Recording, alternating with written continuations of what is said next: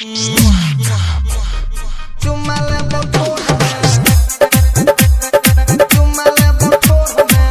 Recording studio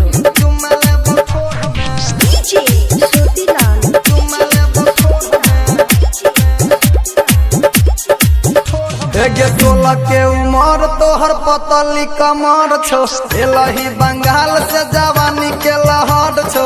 पाकल पाकल हम तोहर दुनू नमहर छो, लहंगा के नीचे पूरा पटन शहर छो। 3 बजे भोर में चुमा ले बठोर में, गे 3 बजे भोर में चुमा ले बठोर में।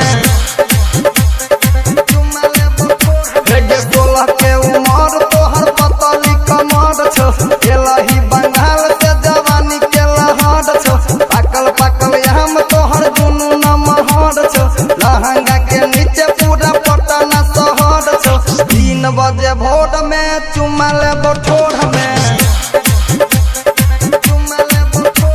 गे 3 बजे भोर में चुमा ले बठोर में।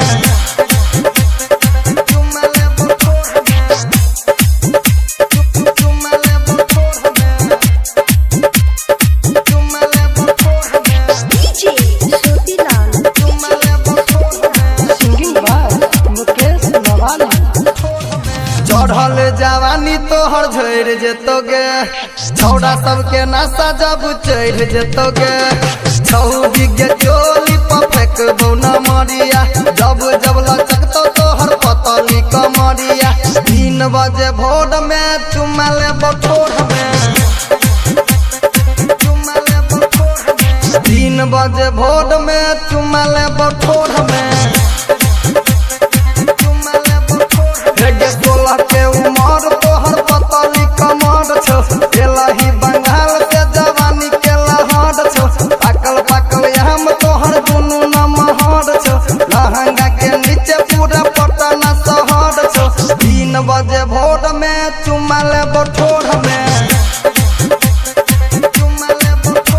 गे 3 बजे भोर में चुमा ले बठोर में।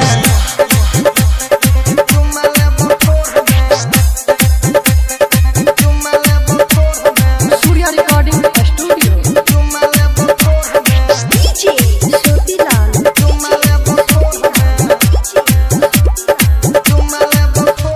गे खाली छोटंकी तोहर भर देतोगे, लहंगा के तार छौड़ा तोड़ देतोगे।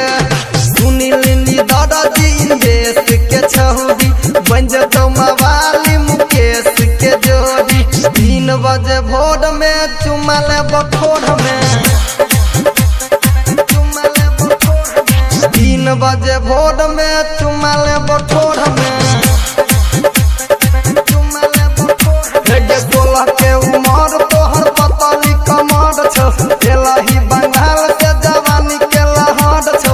पाकल पाकल हम तोहर दुनू नमहर छो, लहंगा के नीचे पूरा पटन शहर छो। 3 बजे भोर में चुमा ले बठोर में,